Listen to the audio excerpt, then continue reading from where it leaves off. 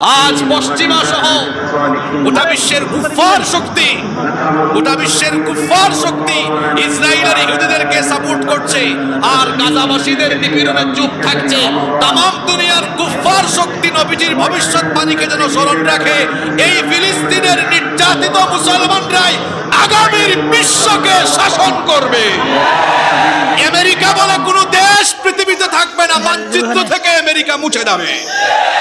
ভয় পাবেন না। ভাবছেন ইসরায়েলের কাছে ক্ষেপণাস্ত্র মিসাইল আছে, পারমাণবিক অস্ত্রশস্ত্র আছে। আরে আমাদের পূর্বপুরুষরা তো কাফেরদের থেকে মসজিদে আকসা পুনরুদ্ধার করেছেন, অস্ত্র দিয়ে নয়, ঈমান দিয়ে। অচিরেই ইনশাআল্লাহ ফিলিস্তিনের এই ভূমি সহ মসজিদে আকসা মুসলমানরা পুনরুদ্ধার করে ইসলামের পতাকা সেখানে উড়াবে ঈমান দিয়ে ইনশাআল্লাহ। ফিলিস্তিন সম্পর্কে নবী করিম সাল্লাল্লাহু আলাইহি ওয়াসাল্লাম 10টি ভবিষ্যৎবাণী করেছেন। ফিলিস্তিনের এই ভূমি এটা অত্যন্ত বরকতময় ভূমি। এই ভূমির ব্যাপারে নবী করিম সাল্লাল্লাহু আলাইহি ওয়াসাল্লাম 10টি ভবিষ্যৎবাণী করেছেন। এক নাম্বার হলো নবীজি বলেছেন, লা তাজালু তাইফাতুম মিন উম্মতি ইউকাতিলুনা আলাল হক যাহিরিনা ইলা ইয়াউমিল কিয়ামাহ। নবীজি বলেছেন, আমার উম্মতের একটি দল কিয়ামত পর্যন্ত হকের উপরে লড়াই করবে, আর তাদেরকে আল্লাহ আমি আমার নিজের কাছ থেকে সাহায্য পাঠিয়ে বিজয় দান করব। মুসলিম শরীফের অন্য হাদিসে নবীজি বলেছেন, লা তাজালু তাইফাতুম মিন উম্মতি কাইমাতান বিআমরিল্লাহ لا يضرهم من خذلهم أو خالفهم حتى يأتي أمر الله وهم ظاهرين على الناس। নবীজি বলেছেন, আমার উম্মতের একটি দল কিয়ামত পর্যন্ত হকের উপর থেকে আল্লাহর পথে তারা লড়াই করবে। তাম দুনিয়া কেউ তাদের কোনো করতে পারবে না। তাদের অনিষ্ট করার জন্য তাদের বিরোধিতাকারী যদি ঐক্যবদ্ধ হয়ে যদি তাদের বিরুদ্ধে ষড়যন্ত্র চক্রান্ত করে, আমি আল্লাহ তাআলা দুনিয়ার সকল কুফফারদের উপরে এই হকপন্থী মুজাহিদদেরকে আমি বিজয় দান করব। সাহাবায়ে কেরাম বলেছেন, এখানে নবীজি কোন অঞ্চলের লোকদের কথা বলেছেন? সাহাবায়ে কেরাম নবীজির কাছে জানতে চাইলেন। নবীজি বললেন, আখিরি জামানায় কিয়ামতের আগে শামের মধ্যে বসবাসরত আমার ইমানদার লোকেরা, আমার ইমানদার উম্মতেরা হকের উপর থেকে লড়াই করবে। তামাম দুনিয়ার কেউ যদি তাদেরকে সাহায্য নাও করে, একজন তাদেরকে সাহায্য করে বিজয় দিবেন, তিনি কি? সারা দুনিয়া তাদের বিরোধিতা করলেও কোনো অসুবিধা নাই, আল্লাহ তাআলা তাদেরকে মদদ দিয়ে তাদেরকে সহযোগিতা করবেন। আল্লাহু আকবার। নাম্বার 2 নাম্বার হচ্ছে আব্দুল্লাহ ইবনে ওমর রাদিয়াল্লাহু আনহু। এই হাদিসের বর্ণনাকারী সাহাবী, তিনি বলছেন, নবী করিম সাল্লাল্লাহু আলাইহি ওয়াসাল্লাম একবার দোয়া করলেন। নবীজি দোয়া করতে গিয়ে বললেন, আল্লাহুম্মা বারিক লানা ফি শামিনা ওয়া ফি ইয়ামানিনা। হে আল্লাহ, আমাদের শাম এবং ইয়ামেনে তুমি বরকত দাও। সাহাবায়ে কেরাম উপস্থিত ছিলেন, নবীজিকে বললেন, ওয়া ফি নাজদিনা ইয়া রাসূলুল্লাহ। সবাই আমার সঙ্গে পড়েন সাল্লাল্লাহু আলাইহি ওয়াসাল্লাম। সাহাবায়ে কেরাম বললেন, ওগো আল্লাহর রাসূল, আপনি আমাদের নজদের জন্য দোয়া করেন। নবীজি সাহাবীদের কথায় কোনো কর্ণপাত করলেন না। নবীজি দ্বিতীয়বার আবার দোয়া করলেন, আল্লাহুম্মা বারিক লানা ফি শামিনা ওয়া ফি ইয়ামানিনা। হে আল্লাহ, আমাদের শাম এবং আমাদের ইয়ামেনে বরকত দাও। সাহাবীরা দ্বিতীয়বার বললেন, ওয়া ফি নাজদিনা ইয়া রাসূলুল্লাহ সাল্লাল্লাহু আলাইহি ওয়াসাল্লাম, আমাদের নজদের জন্য আপনি দোয়া করেন। নবীজি দ্বিতীয়বারও কোনো কর্ণপাত করলেন না। তৃতীয়বার আবার দোয়া করলেন, শামিনা ওয়া ফি ইয়ামানিনা। হে আল্লাহ, আমাদের শাম এবং ইয়ামেনে তুমি বরকত দাও। সাহাবীরা তৃতীয়বারও বললেন, ওয়া ফি নাজদিনা।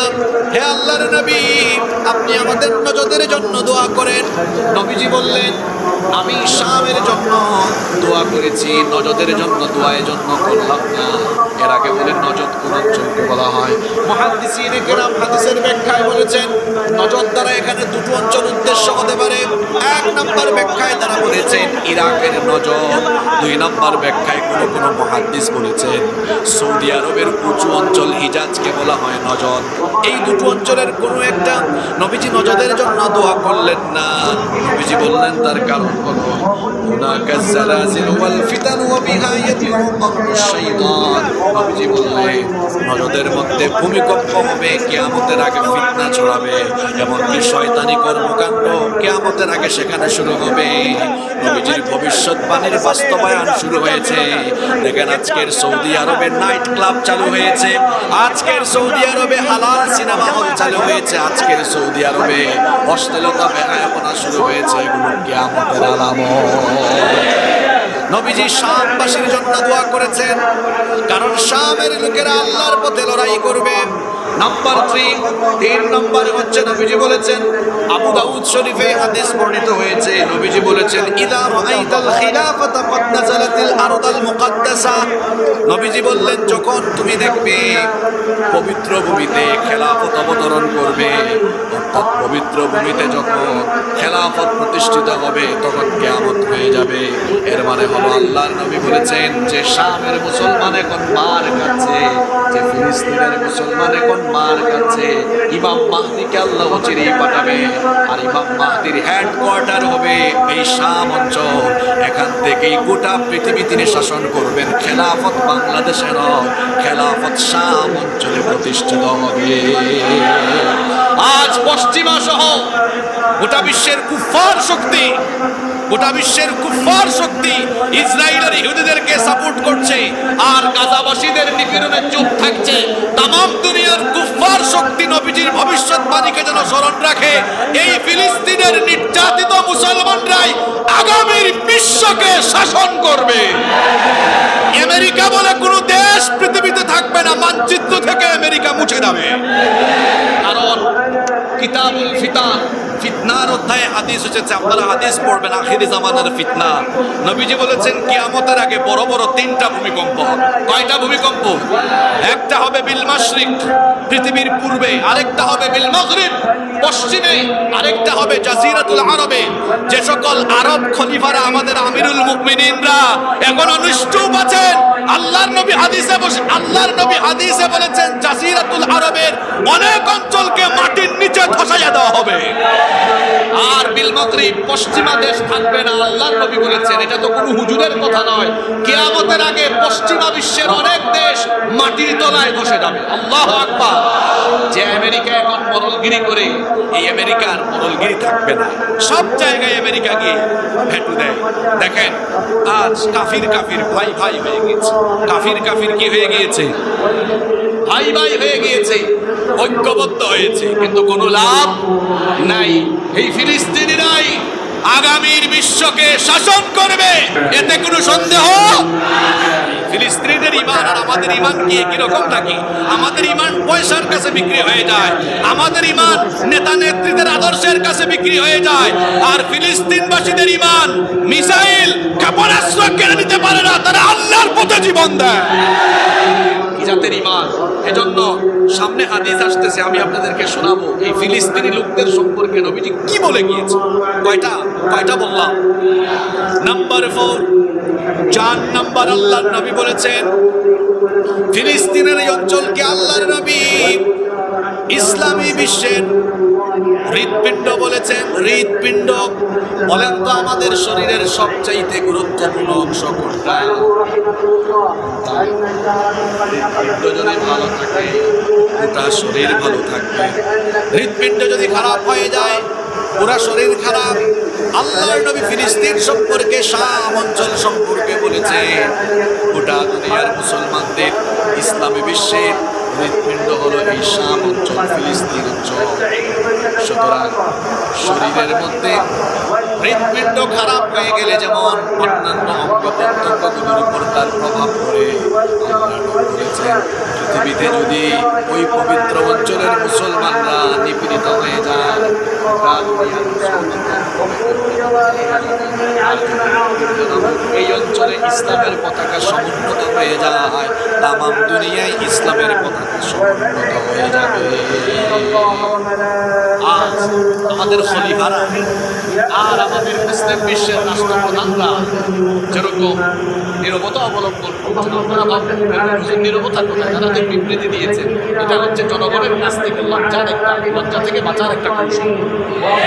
লজ্জা থেকে বাঁচার একটা কৌশল। দেখেন না, কেউ কেউ মিডিয়ার সামনে ফিলিস্তিনের পক্ষে বক্তব্য দেয়, আবার নিজের দেশের নৌবাহিনীকে জাতিসংঘের শান্তিরক্ষী মিশনেও পাঠায়। এটার নাম জাতিসংঘ না, এটা মুসলিম জাতি নিধন সংঘ। কারণ এরা জাতিসংঘের নাম দিয়ে সবসময় মুসলিম নিধনের পক্ষে কাজ করেছে।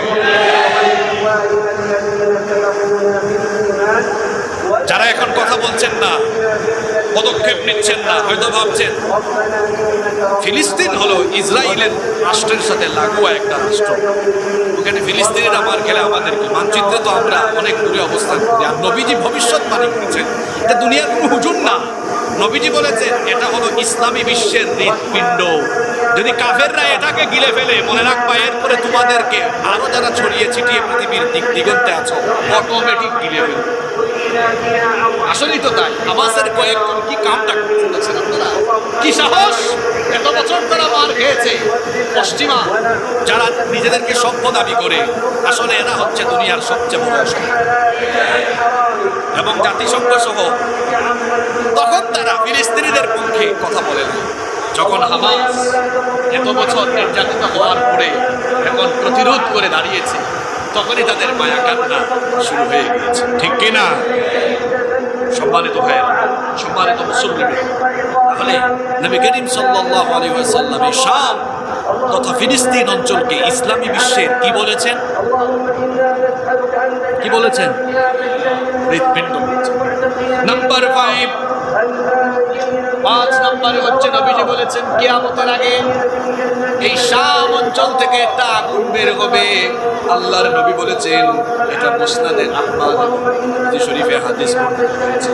নবীজি বলেছেন সাতাখরুজু নারুন ফি আখিরিজ জামান, আখিরি জামানায় একটা আগুন বের হবে মিন হাদারামাউত, হাদারামাউত অঞ্চল থেকে, হাদারামাউত অঞ্চল শাম থেকে একটা আগুন বের হবে। ওই আগুন বের হওয়ার পরে কি হবে? আল্লাহর নবী যখন শামের অঞ্চল থেকে আগুন বের হবে তখন আমরা কি করব? আল্লাহর নবী বললেন ফালাইকুম বিশাম, তখন তোমরা শাম অঞ্চলে গিয়ে আশ্রয় গ্রহণ করবা।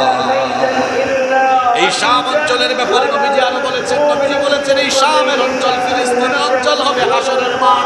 সুবহানাল্লাহ। এরপরে 7 নম্বর আল্লাহর নবী বলেছেন শাম, শামবাসীর জন্য সুসংবাদ। সাহাবীরা জিজ্ঞেস করলেন মা বালিশ শাম, ওগো আল্লাহর নবী শামবাসীদেরকে আপনি সুসংবাদ কেন দিলেন? আল্লাহর নবী তখন বললেন এর কারণ হলো এই ভূমিটা এত পবিত্র, এত বরকতময়।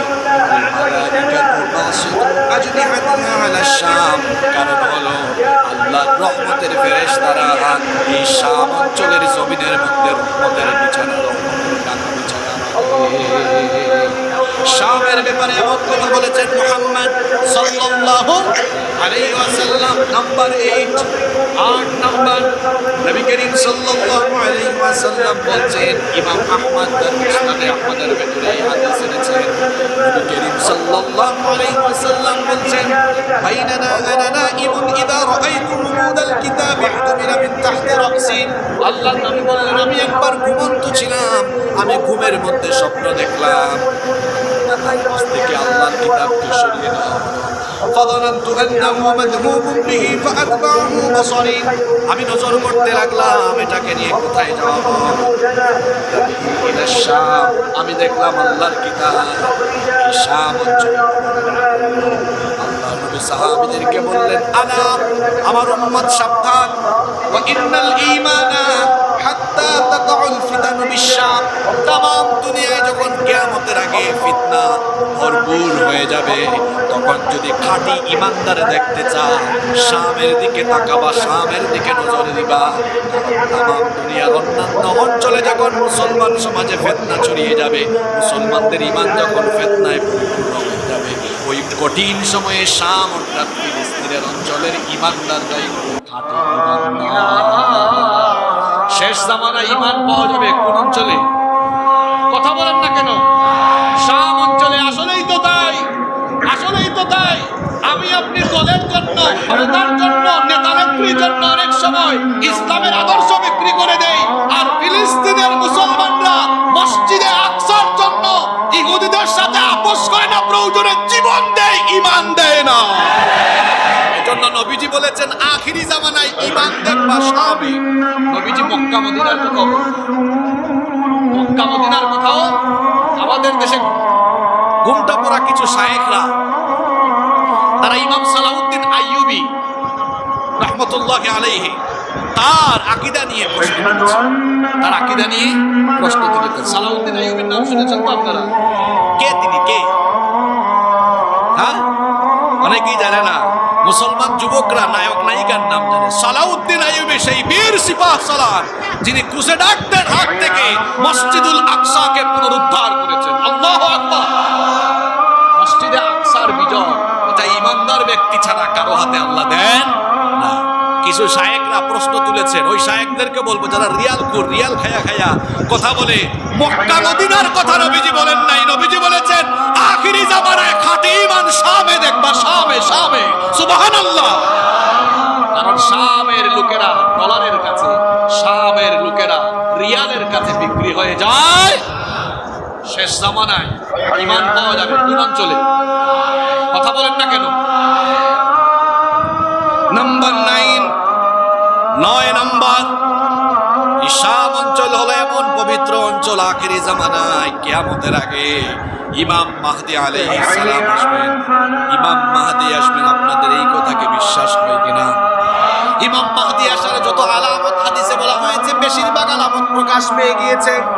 এজন্য আমাদের এই সিরাতের আলোচনা শেষ হলে আমরা কিয়ামতের আলামত নিয়ে আলোচনা শুরু করব ইনশাআল্লাহ।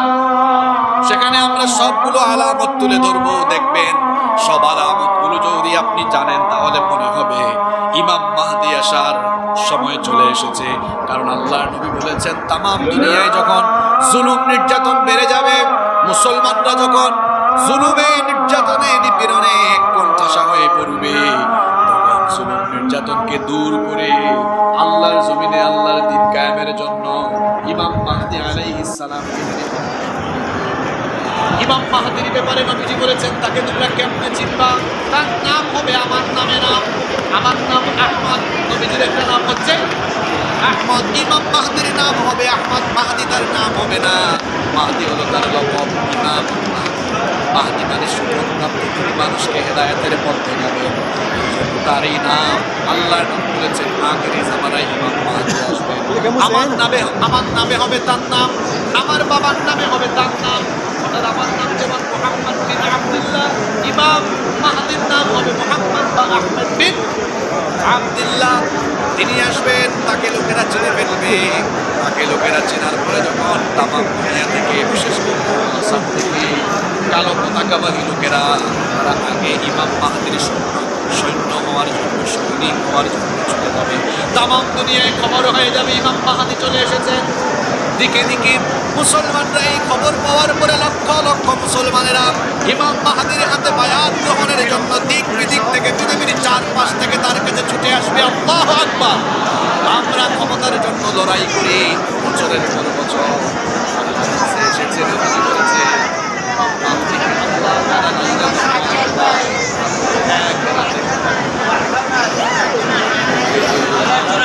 তাকে আল্লাহ খেলাফত দিয়ে দিবেন।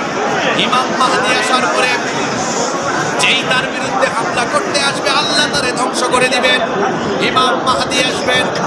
এরপরে ইমাম মাহদীকে সহযোগিতার জন্য সাইয়েদনা ঈসা রাদিয়াল্লাহু আসবে।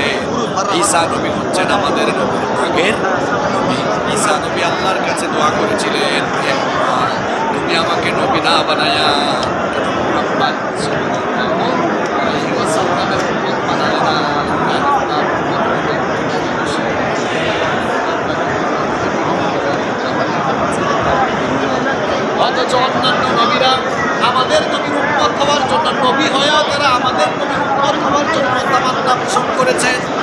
ঈসা আলাইহিস সালাম আল্লাহর কাছে যখন দোয়া করলেন, আল্লাহ তাআলা ঈসা নবীর দোয়া কবুল করলেন। ঈসা নবীকে খ্রিস্টানরা তারা আকীদা পোষণ করে বিশ্বাস করে যে শুভে চড়ায়া ঈসা নবীকে দুনিয়া থেকে বিদায় করা হয়েছে। আসলে ওইটা ঈসা ছিলেন না, ওইটা ছিলেন ঈসা। খ্রিস্টানরা আছে ঈসা নিয়ে, আমরা আছি ঈসা নিয়ে। কারণ ঈসা আলাইহিস সালামের চেহারার রূপ ধারণ করায়া আরেকজনকে তারা হত্যা করেছে। তারা মনে করছে ঈসা আলাইহিস সালামকে আল্লাহ আসমানে উঠায় নিয়েছেন। ঈসা নবীর দোয়া আল্লাহ কবুল করেছেন। এই জন্য আখিরি জামানায় ঈসা নবীকে আল্লাহ তাআলা আমাদের নবীর উম্মত বানায়া পাঠাবেন দাজ্জালের হত্যার জন্য। সুবহানাল্লাহ। ঈসা আলাইহিস সালাম এবং ইমাম মাহদী আলাইহিস সালামের হেডকোয়ার্টার হবে, তাদের অফিস হবে গোটা দুনিয়ায় খেলাফত। হেডকোয়ার্টার হবে যে অঞ্চলে, সেই অঞ্চলের নাম হচ্ছে শাম। সেই অঞ্চলের নাম হলো, সেই অঞ্চলের নাম হবে শাম। ইমাম মাহদী আলাইহিস সালামের ইমামতে ফজরের নামাজ শুরু হয়ে যাবে শাম অঞ্চলের সিরিয়ার দামেস্কের পূর্ব দিকের একটা সাদা গম্বুজওয়ালা মসজিদে ঈসা আলাইহিস সালাম দুইজন ফেরেশতা তাদের উপর ভর করে তিনি ওই মসজিদের গম্বুজের তারপরে লোকেরা ঈসা আলাইহিস সালামের দিকে তাকায় দেখবে চুল দাড়ি থেকে টপ টপ করে পানি পড়ছে, মনে হবে যেন মাত্র কিছু করে এসেছেন। ইমাম আপনি নামাজের ইমামতি করে ঈসা আলাইহিস সালাম বলবেন না আপনি হচ্ছে মুসলমানদের খলিফা, আপনি ইমামতি করবেন, আমি মুক্তাদি হব। বাজারের ঈসা নবী ইমানদারদেরকে সাথে নিয়ে দাজ্জালকে হত্যা করার উদ্দেশ্য। তাহলে আমরা বুঝলাম শাম হলো এমন পবিত্র অঞ্চল, আগামী দুনিয়ায় বিশ্বকে মুসলমানরা শাসন করবে। আর হেডকোয়ার্টার বাংলাদেশ সৌদি আরব নয় হবে। আর জুড়ে বলে 10 নম্বর এই শামের ব্যাপারে নবীজি ভবিষ্যৎবাণী করেছে। এই শাম অঞ্চলে দাজ্জালকে হত্যা করা। দাজ্জাল কিন্তু দুনিয়ায় চলে এসেছে। নবীজির সময়ও দাজ্জাল ছিল, নবীজির সময় কিন্তু দাজ্জাল ছিল। তামিমদারি একটা লম্বা হাদিস বর্ণিত হয়েছে। তামিমদারি খ্রিস্টান ছিলেন, এরপরে মুসলমান হয়েছেন। নবীজির কাছে এসে তিনি তার সাগর ভ্রমণের কাহিনী বলেছেন। নবীজি সেটাই সাহাবীদেরকে শুনিয়েছেন। তামিমদারি বলেছেন আমরা 30 জন সাগর ভ্রমণে গিয়েছিলাম, এরপরে আমরা বাতাস আমাদের সেই জাহাজ জায়গায় চলে গেল সাগরের মাঝখানে। তারপরে একটা ঘরের ভিতরে অদ্ভুত চেহারার একজনকে দেখলাম। আমরা তার কাছে যাওয়ার পরে সে আমাদেরকে 3টা প্রশ্ন করেছে। কয়টা? 3টা প্রশ্ন করেছে। আমরা সেই 3টা প্রশ্নের উত্তর দিয়েছি। 1 নম্বর প্রশ্ন করেছে পাইসানের খেজুর বাগানের কি অবস্থা। পাইসানের খেজুর বাগানে এখন খেজুর গাছ। দাজ্জাল বলেছিল অচিরেই ওই পাইসানের খেজুর বাগানের সবগুলো খেজুর গাছ মরে যাবে, কোনো খেজুর জন্মাবে না, আর তখনই আমি আত্মপ্রকাশ করব। 2 নম্বর প্রশ্ন করেছিল তামারিয়া উপসাগরের কি অবস্থা। ওই উপসাগরে কি এখন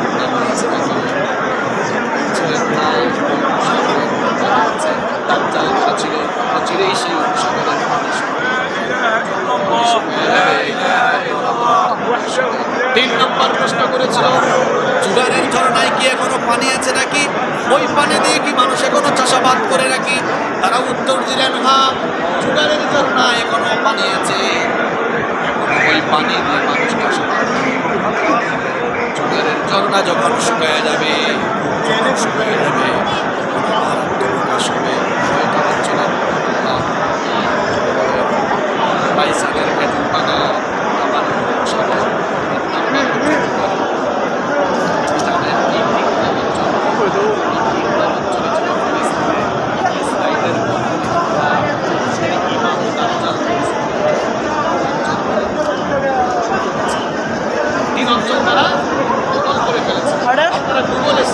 দেখবেন পাইসানের খেজুর বাগানের খেজুর গাছ সব শেষ। ওই অঞ্চলের খেজুর গাছ যেগুলো ছিল, একটা খেজুর গাছে এখন আর মরক্কো থেকে কিছু গাছ এনে ওই খেজুর বাগানে দিয়েছে। তাবারিয়া উপসাগরের পানি শুকিয়ে গেছে, যেটাকে বলা হয় sea of Galilee. Sea of Galilee গুগলে আপনারা সার্চ করে দেখবেন। জোগাড়ের কূপ ওইটাও শুকায় গিয়েছে। তার মানে দাজ্জাল আসার সময় চলে এসেছে। দাজ্জাল বলেছে আমি আত্মপ্রকাশ করব, এই তিনটা আলামতের কথা বলেছে। আর দাজ্জালকে সহযোগিতা করার জন্য 70,000 ইহুদি বাহিনী থাকবে।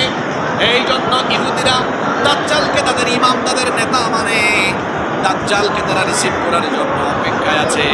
এই তিনটা অঞ্চলে তারা ইহুদিরা মনে করে দাজ্জাল তাদের ত্রাণ করতে হয়ে আসবেন। আর শুধু মধ্যপ্রাচ্য নয়, গোটা দুনিয়া তারা শাসন করবে। এটা হলো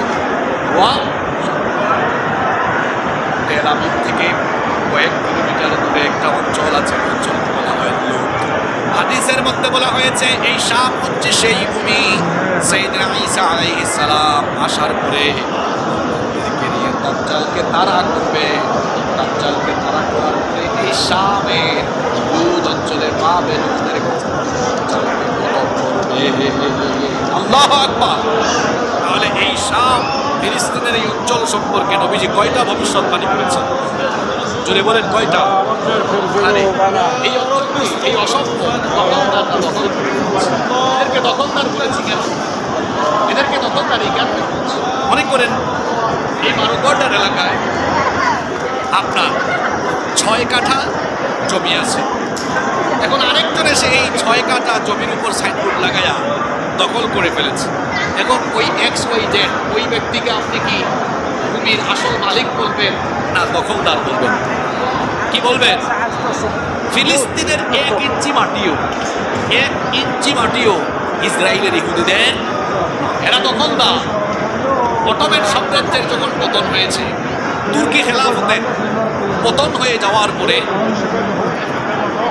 ফিলিস্তিন সহ এর আশপাশ Lebanon, Jordan, Syria, Azerbaijan, Afghan, Bahrain, এই অঞ্চলগুলো ব্রিটেনের কাছে চলে যায়। ব্রিটেন এবং ফ্রান্স এরা ভাগাভাগি করে ওই অঞ্চল শাসন। তৎকালীন পররাষ্ট্রমন্ত্রী বেলফোর ইহুদিদেরকে আশ্বস্ত করেছিলেন যে আমি মধ্যপ্রাচ্যে তোমাদের জন্য একটা ইহুদি রাষ্ট্র গঠন করে দেব।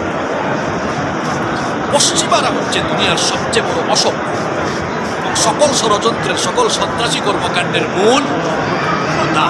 আপনারা বলবেন এই কথাটা আমি কেন বললাম? তো ইসরায়েলের ইহুদিদের জন্য তাদের যদি এত মায়া থাকে, তো যুক্তরাষ্ট্র প্রশাসনের উচিত ইসরায়েলের মাত্র 80 লক্ষ ইহুদিদের জন্য, তাদের এত বড় দেশ, এত বড় দেশে যে কোনো একটা স্টেট তারা তো চাইলে ইহুদিদের জন্য দিয়ে দিতে পারে, দিবে না? চাইলে দিতে পারে না, কিন্তু দেয় না কেন? কারণ ওই মার্কিনীরা ভালো করেই জানে ইহুদিরা হচ্ছে দুনিয়ার বিষফুরা জাতি। এরা যেখানেই যায় সেখানেই পেস লাগায়।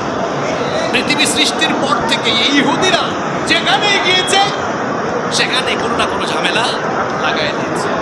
মার্কিনীরা, পশ্চিমারা চায় বিশ্ব শাসন করতে, জন্য কূটনৈতিকভাবে তারা ষড়যন্ত্র করেছে। এই মধ্যপ্রাচ্যে এতগুলো মুসলিম দেশ আছে, মধ্যপ্রাচ্যের মুসলমানদেরকে পশ্চিমাদের কাছে মাথা নত করে রাখতে হলে তারা তো পশ্চিম থেকে এসে সরাসরি পারবে না। এই জন্য এখানে তাদের শক্তিশালী মিত্র দরকার। এই জন্য ইসরায়েলকে তারা এখানে ব্যবহার করছে। ইসরায়েলকে মধ্যপ্রাচ্যে ঘাড়ের উপরে বসাইয়া দিয়া এই ইসরায়েলের মাধ্যমে তারা অস্ত্রের বিজনেস করছে। কি সুন্দর সিস্টেম! পশ্চিমারা তেল কিনে এই মধ্যপ্রাচ্য, সৌদি আরব থেকে এবং মধ্যপ্রাচ্যের দেশগুলো থেকে। তো পশ্চিমাদের একটা থিওরি হলো আমি শুধু ডলার দিব, তেল কিনবো, তুমি ডলার পাবা, আর আমাকে ডলার দিবা না, এমনটা তো হতে পারে? কি কূটনীতিক, কি ষড়যন্ত্র, কি কূটনৈতিক হাঁটাহাঁটি করে ইসরায়েলকে মধ্যপ্রাচ্যের ঘাড়ের উপর চাপাইয়া দিল। ইরানের সাথে ইসরায়েলের ঝামেলা পাকায় দিল, পাশাপাশি সুন্নি শিয়া ঝামেলা দিয়া মুসলমানের ঝামেলা লাগাইলো। তারপরে মধ্যপ্রাচ্যের দেশগুলো যেখান থেকে তারা তেল কিনে এদেরকে বললো তোমরা শুধু তেল বিক্রি করলে হবে, তোমাদের অঞ্চলের সামরিক শক্তিও নিশ্চিত করা দরকার। আমার কাছে অস্ত্র আছে, তুমি অস্ত্র কিনো। কি টেকনিক করলো? আমেরিকা তার অস্ত্র বিক্রি করলো, আর অস্ত্র বিক্রি করে ডলার নিল, আবার তেল ক্রয় করে তারা ডলার নিল। অর্থাৎ আমেরিকার নীতি হলো আমি শুধু দিয়ে যাব আর তুমি কিছু দিবা না, এমনটা তো হতে পারে? তুমিও কিনো আমিও কিনি, একটা ভারসাম্য রক্ষা হোক।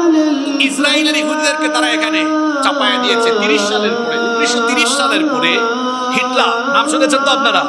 হিটলার এটা কাম করছে কি? একাই 60 লক্ষ ইহুদি মারছে। কয় লক্ষ? হিটলার যখন ইহুদি নিধনযজ্ঞ চালালো তখন ইউরোপ থেকে এবং পৃথিবীর বিভিন্ন জায়গা থেকে ইহুদিরা জাহাজে করে করে মধ্যপ্রাচ্যে আসা আরম্ভ করলো। কারণ পশ্চিমারা ভেটো দিয়েছে মধ্যপ্রাচ্যে তোমাদের জন্য একটা ইহুদি রাষ্ট্র গঠন করে দিব। পশ্চিমাদের একটা নীতি হলো তারা আভ্যন্তরীণ রাজনীতিতে একজন আরেকজনের বিরোধী হলেও পররাষ্ট্রনীতিতে তারা এক। পররাষ্ট্রনীতিতে তারা এক। পররাষ্ট্রনীতি তাদের এক। যেমন দেখেন, জো বাইডেনের প্রধান প্রতিপক্ষ হচ্ছে নাম কি? Trump, Donald Trump. একজন আরেকজনের প্রধান প্রতিপক্ষ। আভ্যন্তরীণ রাজনীতিতে একজন আরেকজনের বিরোধিতা করে।